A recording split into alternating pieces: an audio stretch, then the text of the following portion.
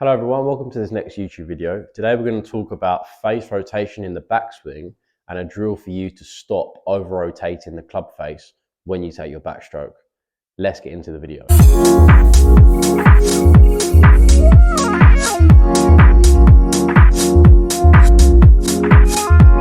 So if we're over rotating in our backstroke, it means when we're setting up to the ball, the face is opening quite a lot here.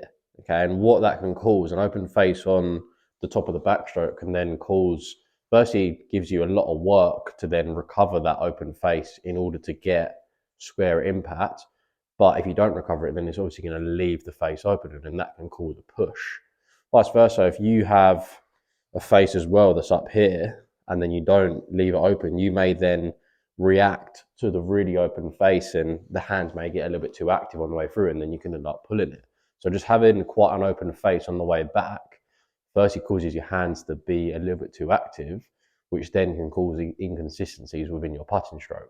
So obviously we want to have a certain amount of open and then closing in the putting stroke, because that's just how the natural arc works. But it's just about trying to maintain a certain level of rotation and a certain level of opening on the backstroke, and sort of finding your optimal is really key.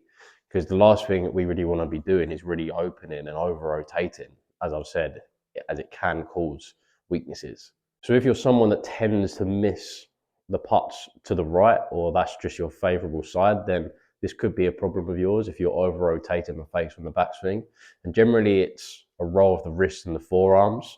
So when we're taking our backswing, it generally means our forearms and our sort of wrists are over rotating, and our chest and shoulders as well can get involved, causing that sort of fanning motion. So you can see there, that fanning motion really causes the face to open, which can then deliver the face open at impact. So a good drill that I would like you to try and reduce the amount of rotation you're having in the backswing is, firstly, I want you to set up to the ball and then only place your trail hand on the grip. And then from there, you're going to have your lead hand spare.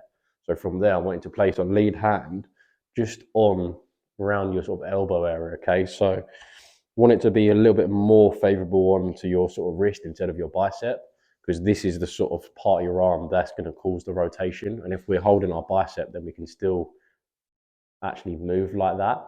So I want you to feel like you're holding more of your elbow area, but we've definitely got a few more fingers on our sort of wrist and forearm, okay? This is going to be the part that causes the over rotation. So as you can see there, I've set up to it, I've placed my hand on my sort of elbow area, a bit more of the fingers on my forearm, so I'm controlling my forearm a bit more. That's firstly then going to lock my elbow in, and then from there, I want you to try firstly a few practice swings, just really feeling that when you take the putter back, you don't allow that movement there. So this, by placing the hand on your forearm / elbow, it's going to really sort of focus on and give you the feeling of keeping that face quite closed down on the way back. And I still want to see it open, but not fan. Okay, there's sort of a difference between slightly opening the face and then fanning.